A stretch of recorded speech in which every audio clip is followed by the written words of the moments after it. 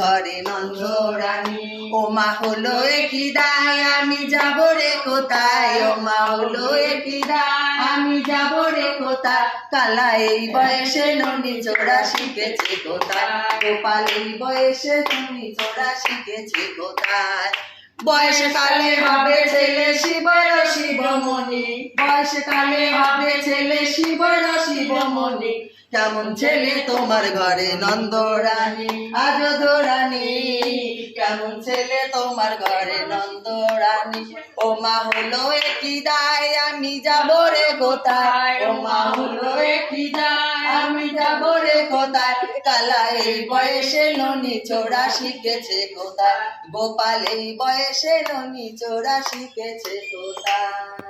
সকাল সকাল বাড়িতে আমার ছোট্ট লাড্ডুকে দেখতে কারা এসেছে দেখো। আমি ছেলেকে নিয়ে তখন ঘুমাচ্ছিলাম, কারণ সারা রাত ওকে নিয়ে জেগে সকালের দিকে দুজনেই ঘুমিয়ে পড়েছিলাম।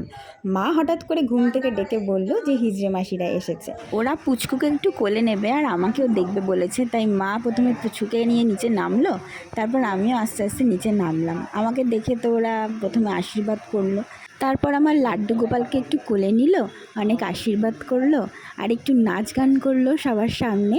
আর তারপর শেষে ওদের যা নিয়ম কানুন আর আবদার মিটিয়ে চলে গেল। রাধে রাধে বন্ধুরা, সবাই ভালো থেকো আর ভিডিওটা শেষ অবধি দেখতে থাকো।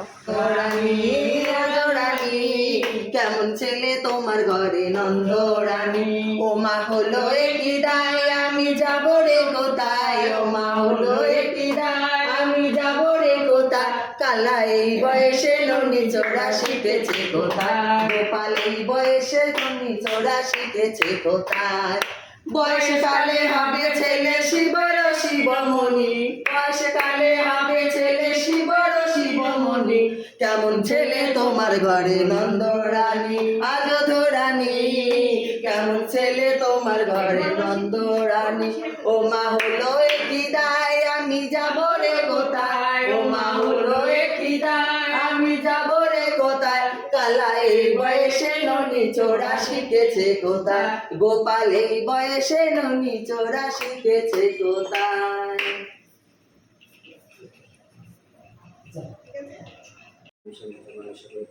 এই যে নিয়েছি আমরা আশীর্বাদ করি, আমাদের এক হাতে দিয়েছে গোবিন্দ 10 হাতে দিই। আশীর্বাদ করি বাচ্চার মাকে, মাথা সিঁদুর অক্ষতা খাতা শাখা পাতা কলজি রয়েছে বুক জুড়ে বেঁচে থাক, আমরা লাখ টাকা খুশি।